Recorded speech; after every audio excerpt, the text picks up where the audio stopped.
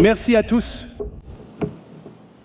Président Costin et chancelier Falwell, chers professeurs et tous les étudiants de Liberty University, bonjour et merci beaucoup de m'accueillir à cette importante rencontre.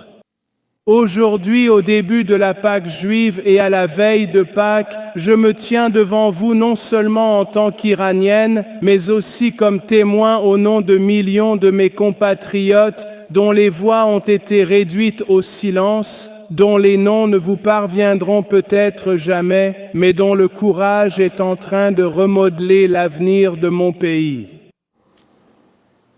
Je viens aujourd'hui devant vous comme la voix d'une nation qui a été réduite au silence, une nation dont le peuple n'a pas la possibilité d'être présent ici en personne. Une nation qui, pendant 33 jours, a été complètement isolée du reste du monde, totalement sans Internet, sans aucune connexion et sans voix. Permettez-moi de commencer précisément par là. Pendant 33 longs jours consécutifs, les Iraniens ont vécu dans une obscurité profonde. Ils se sont retrouvés sans message, sans réseaux sociaux et sans aucun moyen de montrer au monde ce qui leur était fait à ce moment-là. Sans pouvoir prévenir leurs familles qu'ils sont en vie. Pensez-y, ce ne sont pas 33 minutes ni même 33 heures, ce sont 33 jours, pensez-y.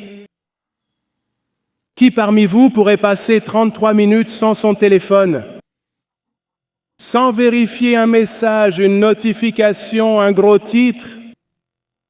Maintenant, imaginez 33 jours non pas comme un choix, mais comme une prison, n'est-ce pas? Une nation entière de plus de 90 millions de personnes complètement réduites au silence parce qu'il y a trop de vérité à cacher.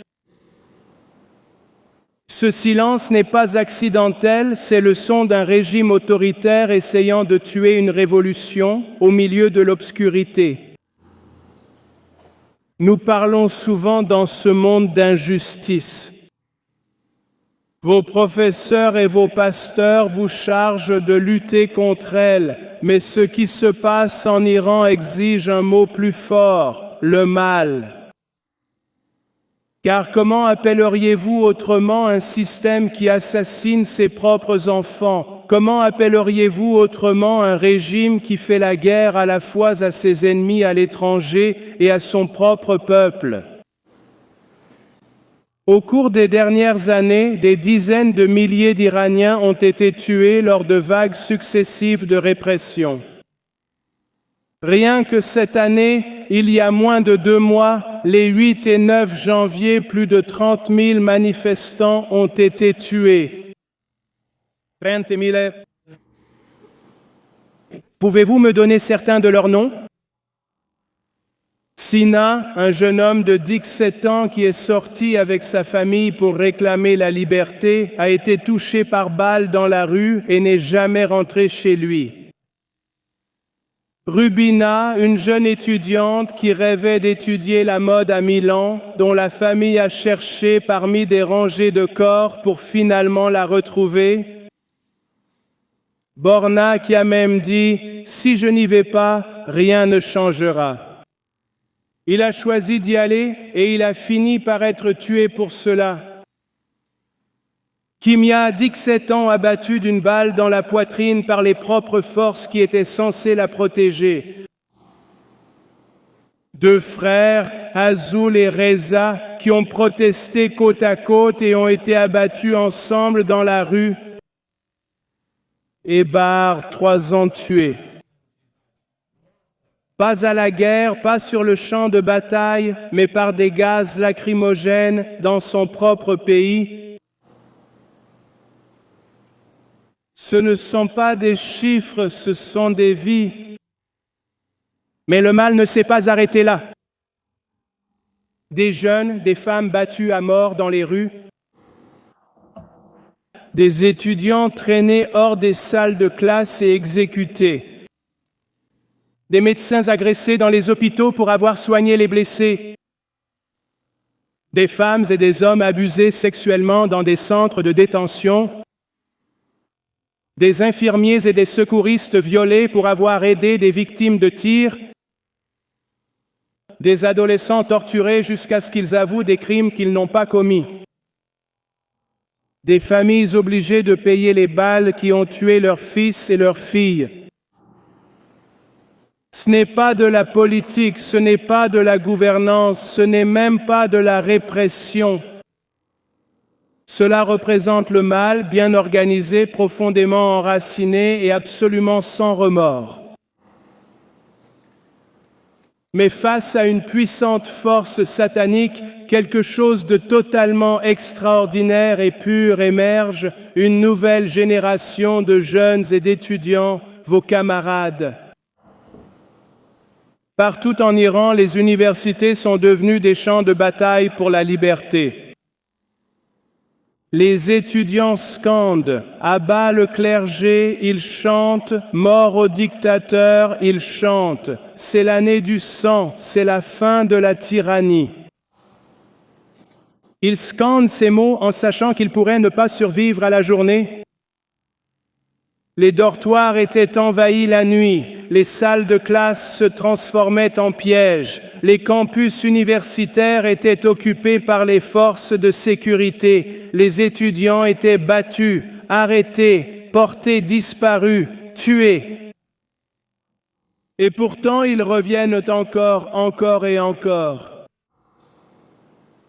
Et parce qu'ils comprennent quelque chose qu'aucun tyran ne peut effacer, la liberté vaut tout, la liberté vaut la peine de mourir pour elle.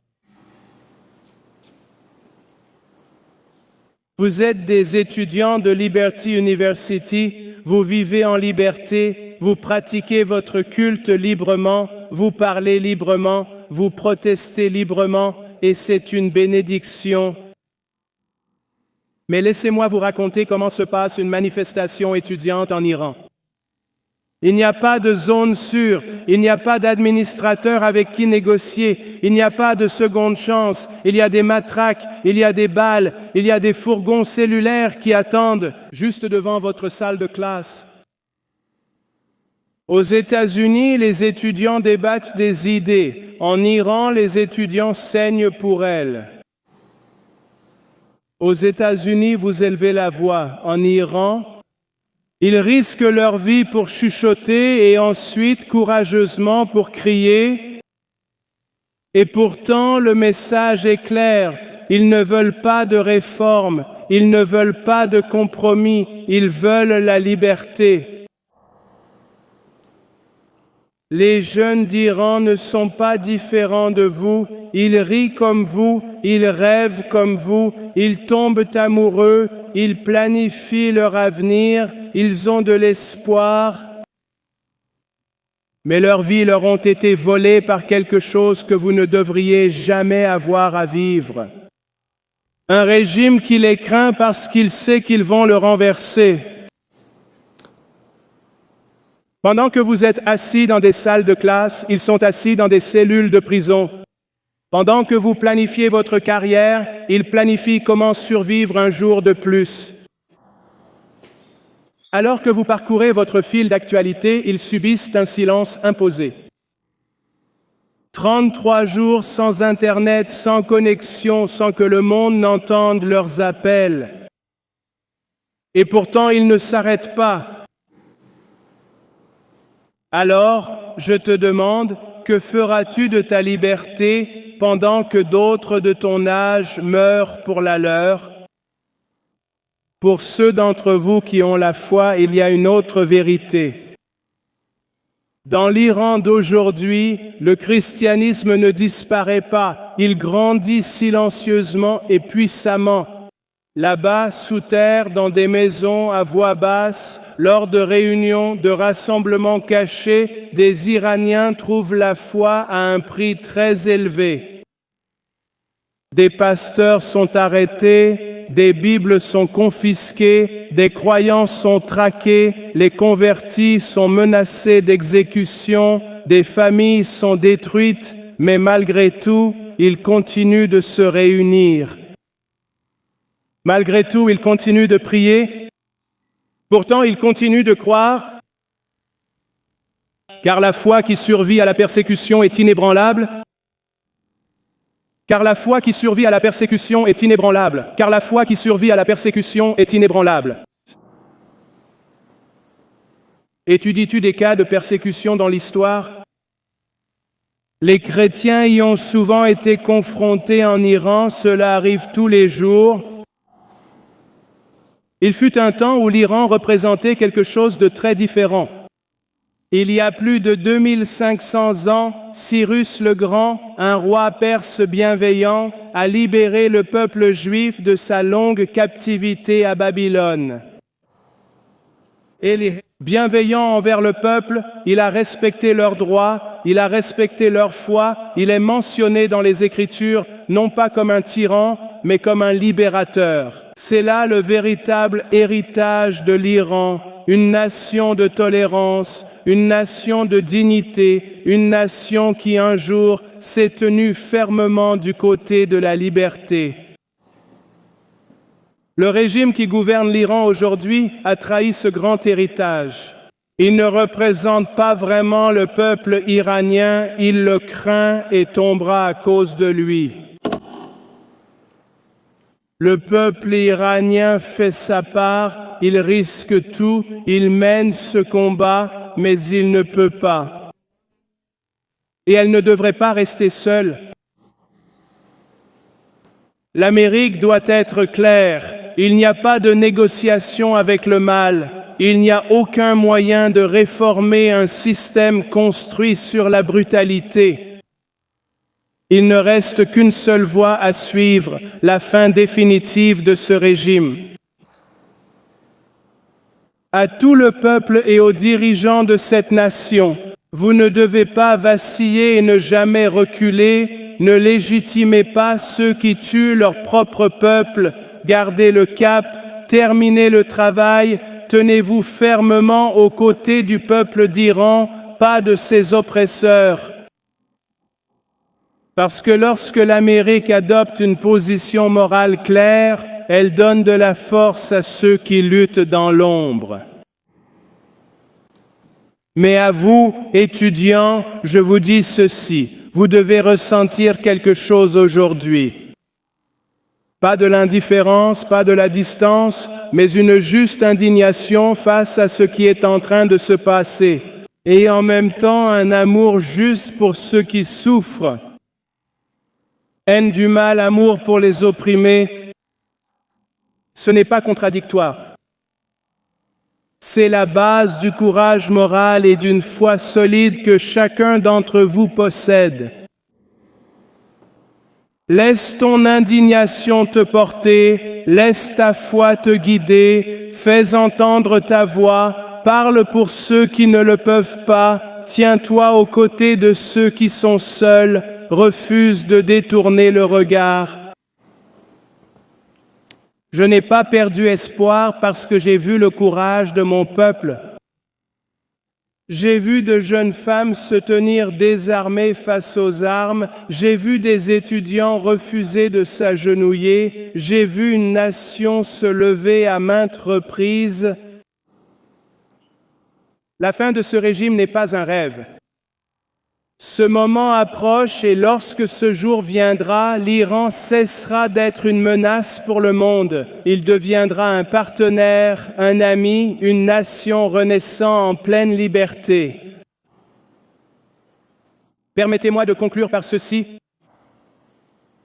En ce moment même, en Iran, il y a des jeunes de votre âge qui ne peuvent pas parler, qui ne peuvent pas se connecter, qui ne peuvent même pas dire au monde qu'ils sont en vie.